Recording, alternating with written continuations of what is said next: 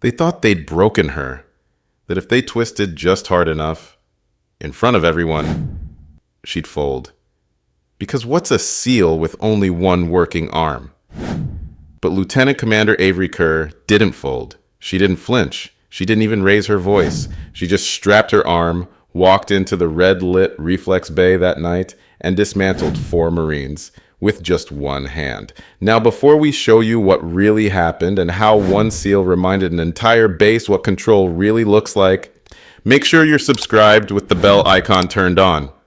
Drop a comment telling us where in the world you're watching from, and stay right here. Because this wasn't about pain. It was about precision. And the moment discipline struck back, the rubber soles squeaked across polished composite flooring. That sound, the one that echoes in every combat bay on every base, bounced off the walls of the Joint SEAL Evaluation Facility like it always did. Fluorescent lights buzzed overhead. Faint smell of disinfectant and old sweat hung in the air. Lieutenant Commander Avery Kerr stood at the front of the formation. 30 mixed branch recruits, half Marine, half SEAL, all waiting.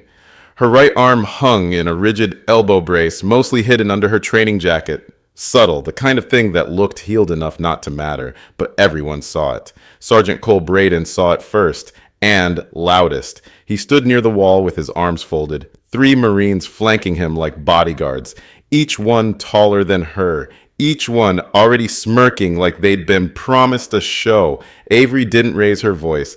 Today's lesson is close quarters leverage mechanics. The goal isn't power, it's redirection. Efficiency through angle, not force. One of the Marines shifted. Another coughed to cover a laugh. Braden stepped forward. "That's one way to teach fighting," he said loud enough for everyone to hear. "Another way is to actually fight." Heads turned. Avery didn't.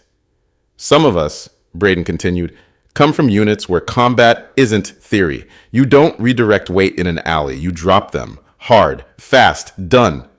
Avery blinked once. "And yet those who rely on force alone often meet others who don't need to match it to end it." Braden's mouth twisted. "Then prove it." Pause. Not dramatic. Just the room shifting. The Marines straightened. The SEAL trainees waited. Avery tilted her head slightly. "Volunteers?" Braden didn't even hesitate.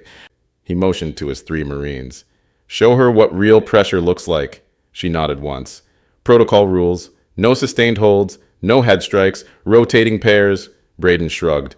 "If she can handle it." They stepped onto the mat, one by one. The first lunged in with a standard over-shoulder grab. Avery dipped under, pivoted, used his own elbow bend to roll him into the ground. Half a second. He groaned, said nothing. The second moved quicker, slid behind to trap her midsection. She spun on her left foot, hooked his ankle, took him down with one shoulder and a knee, clean. The third hesitated. She didn't. One step, one shift. Mat, no noise, no flourish. Braden's jaw clenched, arms still crossed, but his posture had changed. Avery adjusted her brace, turned back to the room. "That concludes the demonstration." The SEAL trainees stood straighter. The Marine stayed quiet. She didn't gloat, didn't speak again, just walked off the mat with the same calm she'd walked onto it. Braden didn't follow, but the words came under his breath, loud enough for his Marines to hear, just loud enough. "She'll learn what pressure feels like soon enough." His voice was steady, but his pride bruised. By sundown, the story had already grown legs. In the mess hall, between plastic trays and watery chili, it passed around like contraband. A Navy SEAL instructor walked onto the mat with a brace on her arm, walked off after flattening 3 Marines in under 2 minutes. "Didn't even sweat," someone muttered near the coffee. "She didn't throw them," another corrected. "She placed them, like chess." The tone wasn't awe. It was friction. In the corner booth, Sergeant Braden leaned back, boots up on an empty chair, arms stretched wide. His laugh was sharp, loud enough to cut through the myth before it settled. "She ran a demo, not a fight," he said. "Those weren't takedowns. They were rehearsed falls." His Marines chuckled, but thinner now. One glanced away when a SEAL trainee passed. Braden tapped his fork against the tray. She teaches combat like a yoga class, breathing and flow charts. She dropped all three, though, one Marine said quietly, then immediately pretended he hadn't. Braden shot him a look. You think she could do that under real pressure, full contact, no safety clause? He didn't wait for an answer. She's brittle, he declared, walking around with a half-healed arm like it makes her some kind of martyr. If it weren't for protocol limits, she'd be out cold right now. Across the compound, in a quiet corner of the operations wing, Lieutenant Commander Avery Kerr stood at a standing desk. Training log open, the report was dry. Names, timestamps, protocol compliance. But in the margins, she was already drafting adjustments. Asterisk Marine posture imbalanced. Leading foot overcommitted asterisk. Second attacker favors dominant side grabs. Exploitable on pivot asterisk. Third shows hesitation under crowd pressure. Freeze predictive asterisk.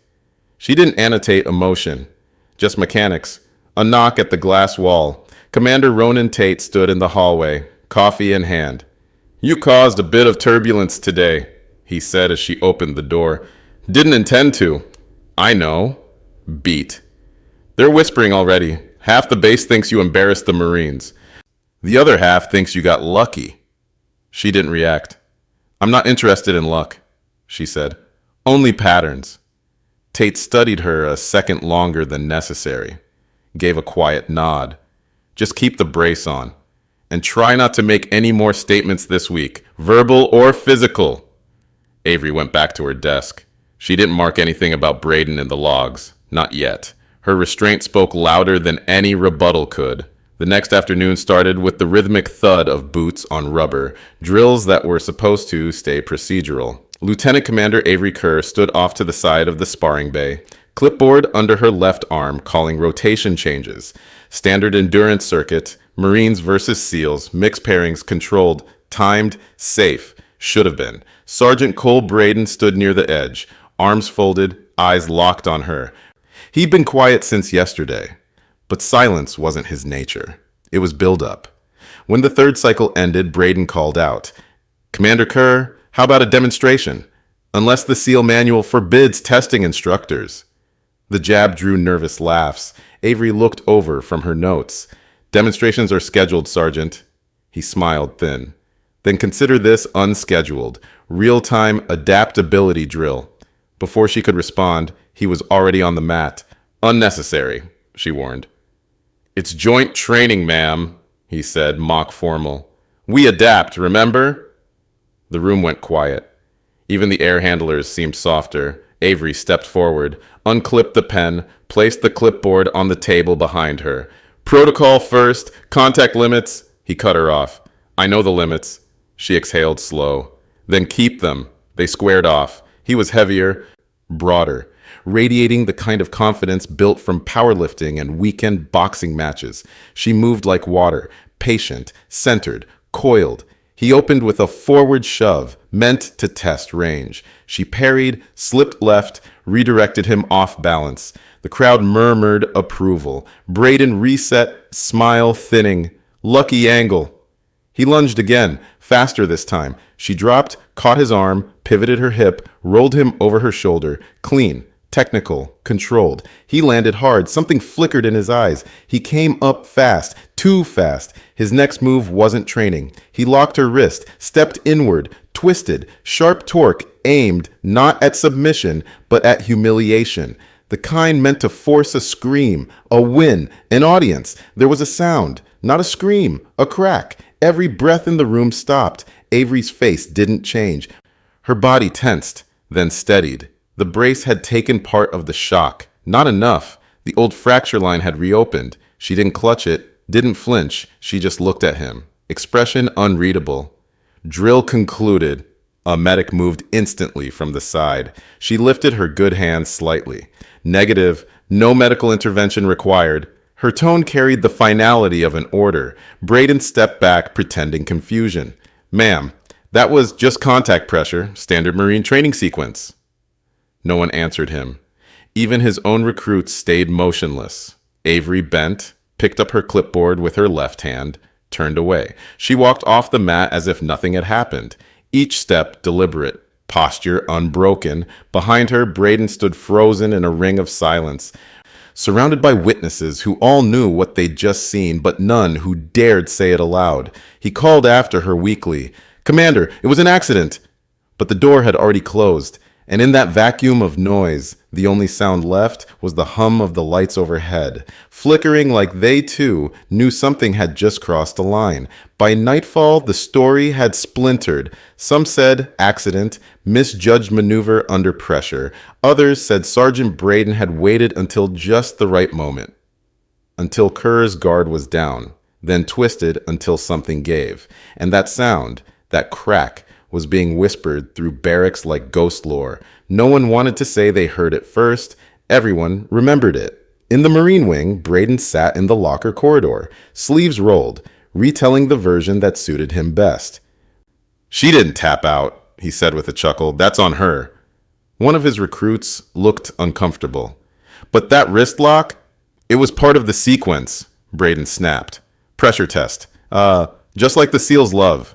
She wanted realism. She got it. Nobody pushed back, but nobody agreed either. Across the compound, the SEALs said nothing. That silence wasn't loyalty. It was containment. Near the equipment cage, 3 SEAL candidates stood in a loose triangle, voices low. One of them, Petty Officer Marsh, had trained under Kerr 2 rotations back. "You know what unit she came from before this?" he said quietly. The other 2 looked at him. "DevGru. Task Unit Raptor. She was part of the extraction team that pulled 6 hostages out of Kandahar in 2019. Firefight lasted 11 hours. She took shrapnel to the shoulder and kept moving." One of the others shook his head. "That's not confirmed." Marsh's expression didn't change. "I've seen the scar, and I've seen what happens when people assume she's just another instructor." The third candidate glanced toward the admin building. "You think she's gonna let this go?" Marsh gave a dry laugh. "She already didn't let it go. She just hasn't shown them yet." They went quiet as a pair of Marines walked past. When the footsteps faded, Marsh added one more thing. "Braden thinks he broke her arm. What he actually did was give her a reason to recalibrate the standard. Back in the Marine Wing, the mood was different, heavier. One of Braden's Marines, Corporal Vance, sat on his bunk, staring at his wrapped knuckles from an earlier drill. His rackmate, Jensen, was lacing boots across from him. "You really think it was an accident?" Jensen asked. Vance didn't answer right away, just kept looking at his hands. "I think," Vance said slowly, "he wanted to prove a point. And I think she let him. Because proving him wrong later would hit harder." Jensen tied off the last lace. "You sound like you're on her side now." "I'm on the side that doesn't end up flat on a mat in front of the whole base." Vance stood, grabbed his cover, and headed for the door. Before stepping out, he paused. "You see his face after that wrist lock? That wasn't training, that was personal." Jensen said nothing, because they both knew it was true. Lieutenant Commander Avery Kerr didn't visit medical, didn't file a complaint, didn't even return to her quarters. She submitted a single formal request, time-stamped 1841 hours, addressed to Commander Ronan Tate. Subject, reflex. Evaluation, authorization, request, restricted use clearance for Reflex Bay, 2100 hours, scope, adaptive demonstration. No exemptions requested, no note about the arm, no complaint, just protocol. Commander Tate read the request in his office without blinking. He didn't need a second opinion. He'd seen Braden's maneuver from the upper gallery, close enough to know what he did was off regulation, far enough to know nothing would be said unless he said it. He signed the form, forwarded it, closed the file. In the junior officer lounge, murmurs ticked beneath the surface. "You think she's going to report him? She won't." "Why not?" "Because she doesn't need to." Even the Marine recruits who'd been grinning the day before were quieter now. One rolled his shoulder absently, remembering the way she dropped him with just one arm. At 1927 hours, Sergeant Braden sat in the comm room reviewing the day's training logs when his tablet pinged. Official notification. His name at the top. Reflex. Evaluation. Mandatory participation. Time. 2100 hours. Location. Reflex Bay. Instructor, LCDR-A, Kerr. He read it twice, then laughed once, short and sharp, but it didn't sound right even to him. One of his Marines looked over. What is it? Braden turned the tablet around. She's running a drill. Tonight. Wants us there. The Marine's face shifted. Not quite fear, something closer to dread. All of us? All of us. Silence. Braden set the tablet down harder than necessary. It's just another demonstration. Probably wants to lecture us on protocol or some garbage. But his voice had changed. The edge was duller now. The Marine stood slowly. You sure about that? Braden didn't answer, because he wasn't. They kept watching the clock. 2100 hours was close, too close. And though none of them said it aloud, more than one wondered, what kind of demonstration do you schedule after someone breaks your arm? The rehab wing was nearly empty by 2040 hours. Just the low hum of HVAC and the rhythmic squeak of rubber on polished linoleum. No radio, no voices, just the kind of silence that invites focus. Lieutenant Commander Avery Kerr stood alone beneath a ceiling light that flickered faintly every 7th second. Her uniform jacket lay folded on a bench, her right arm, freshly wrapped in a reinforced compression sling, hung motionless against her torso. Not even a twitch. She was barefoot, balanced. In front of her stood a padded wall and 2 aluminum training dummies stripped down to foam cores. One had a taped X where the neck met the clavicle. The other had a sandbag resting across its lower trunk. Target for leg work. Avery exhaled once, then moved. Left foot pivot, elbow drive, hip hinge, drop and rise again. Every motion, every shift of weight, every redirection was clean, not flashy, surgical. She didn't grunt, didn't breathe hard, but sweat was already rising behind her temples. The sling never moved. She never used the bad arm, not once. She rotated toward the mirror bolted to the corner pillar, paused. In the reflection, her left side looked fluid, dominant now where it hadn't been weeks ago. That wasn't a coincidence. Flashback. Just for a moment. Week 6 of Bud S. Cold surf. Her right hand too swollen to form a fist. An instructor crouching beside her, voice low enough to cut past wind and pain. Your body doesn't decide what works. Command does. Comfort doesn't matter. Clarity does. Back in the present, she whispered it aloud. Not for inspiration, for calibration. Clarity does. She stepped forward again. Left leg sweep, shin trap, reverse stance. She turned her back to the second dummy and let her weight drag it down in silence. She reset everything manually. The dummy, the mat, her footing. Then slowly she crossed to the bench and opened her field log. 2 entries were already written. Below them, she added one more. Reflex, demonstration. Time, 2100. Format, controlled correction. Limits, none. Notes, requests for medical intervention to be denied unless force ordered by base command. She set the pen down. Across the facility, a long mechanical clack echoed as the reflex bay doors unlocked. Avery Kerr rolled her sleeve down over the sling, zipped her jacket to regulation height, and walked into the red-lit corridor. Alone, precise, without a backward glance. The next move wouldn't be an adjustment. It would be the correction. The reflex bay looked like nothing from the outside. Just a square gray box behind the drone hangars, lit by a single halogen floodlight. But inside, the atmosphere had already shifted. Red emergency lights pulsed low from corner sconces. The floor was bare rubber. The walls were padded foam core barriers set in asymmetrical angles, designed to disorient. At exactly 2100 hours, the facility door opened. Sergeant Cole Braden entered first, flanked by his 3 Marines. Their expressions wavered between amusement and apprehension, unsure if this was payback, protocol, or something else entirely. Commander Ronan Tate stood in the upper gallery with a tablet in hand.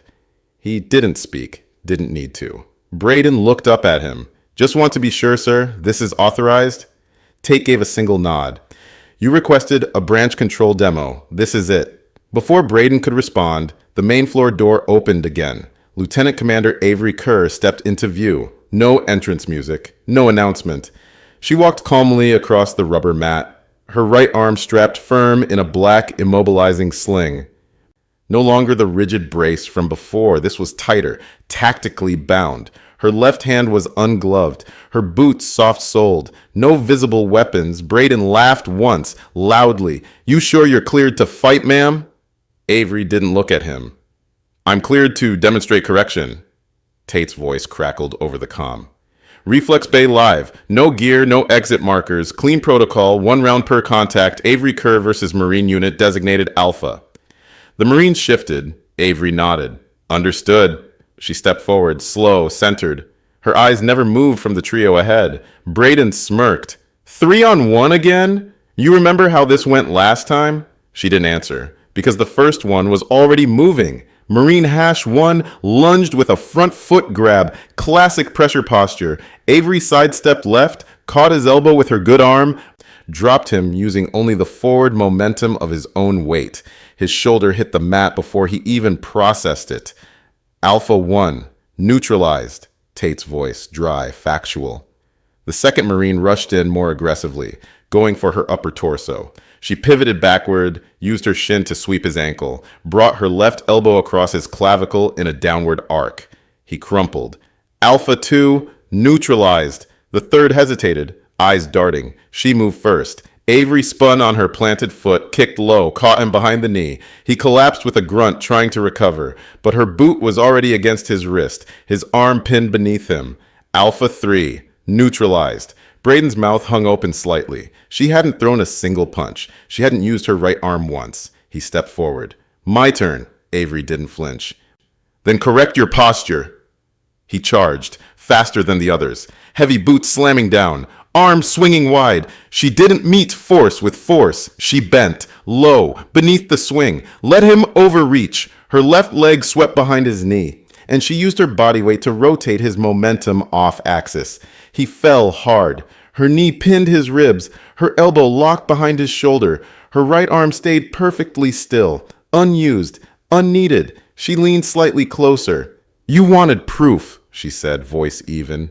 "Consider it logged." She let go, stood, adjusted the sling, backed off. Braden stayed on the floor, breathing hard. The other 3 Marines were still sitting, still stunned. From above, Commander Tate's voice cut through the quiet.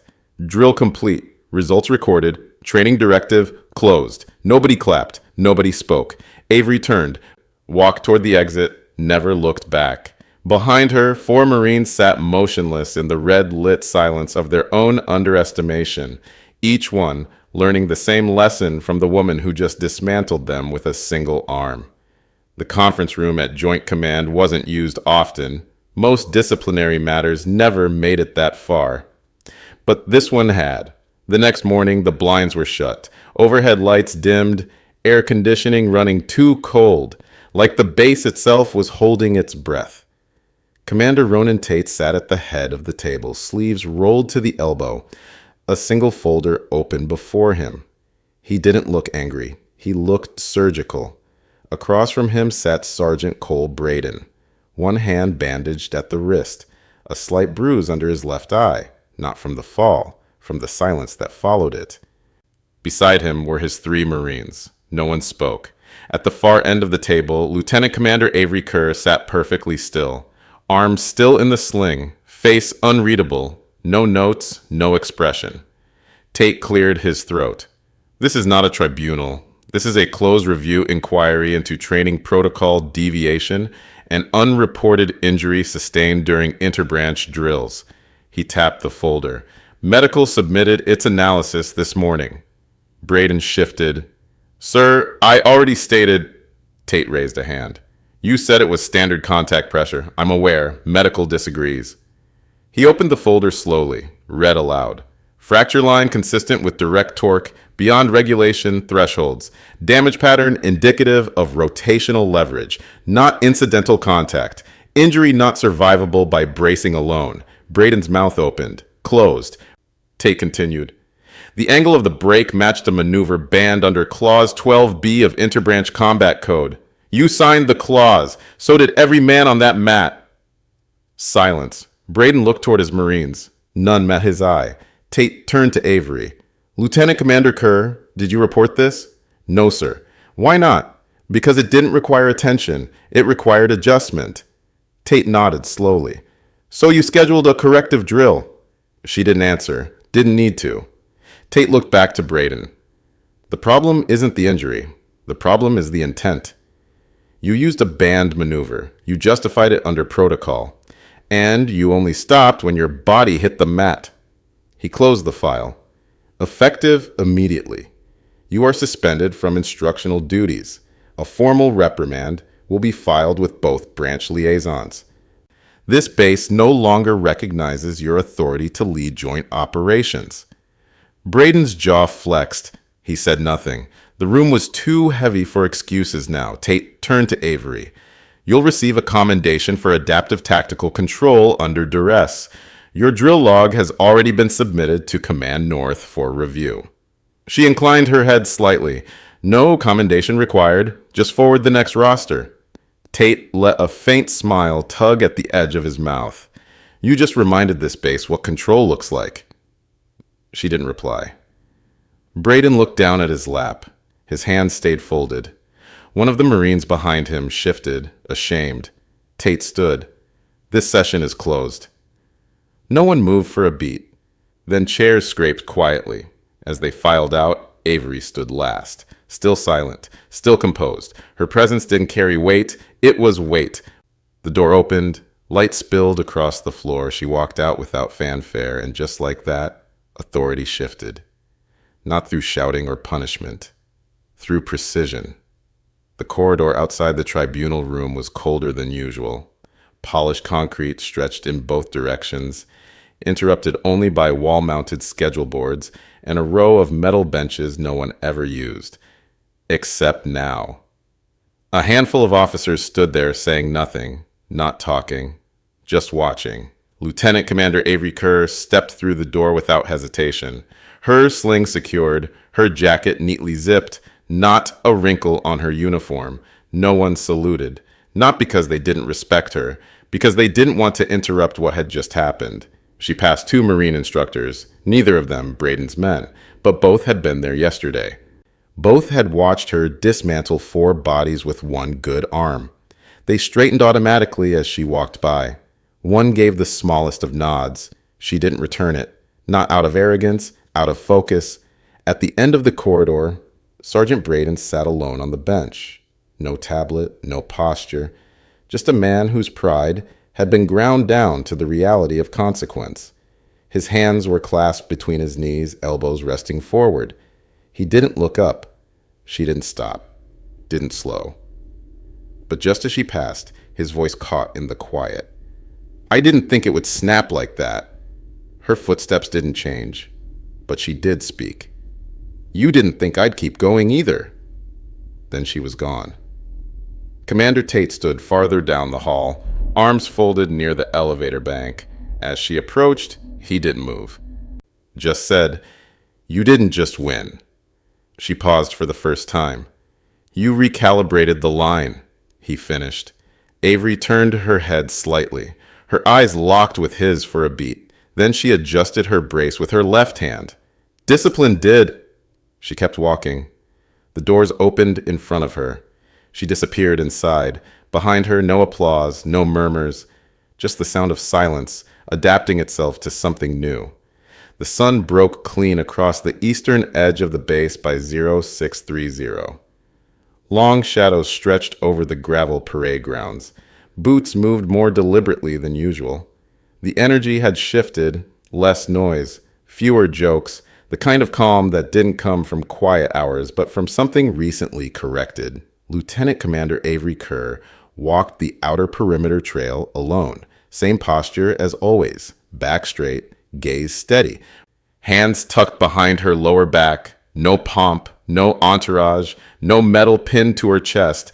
But those who passed her, those who'd seen what happened, stood a touch straighter now, not out of fear, out of recognition. One junior Marine, unfamiliar with her before this week, offered a quiet nod from the opposite walkway. Avery didn't break stride, but returned it with a glance, just enough to say, you're learning. From the barracks walkway, Petty Officer Lorne caught up beside her, adjusting his cap as he matched her pace. Morning, Commander. She nodded. Lorne. He gestured back toward the chow hall. They're real quiet today, even the officers.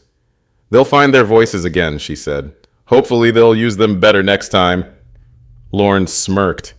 Guess they finally learned the first rule. Avery glanced sideways.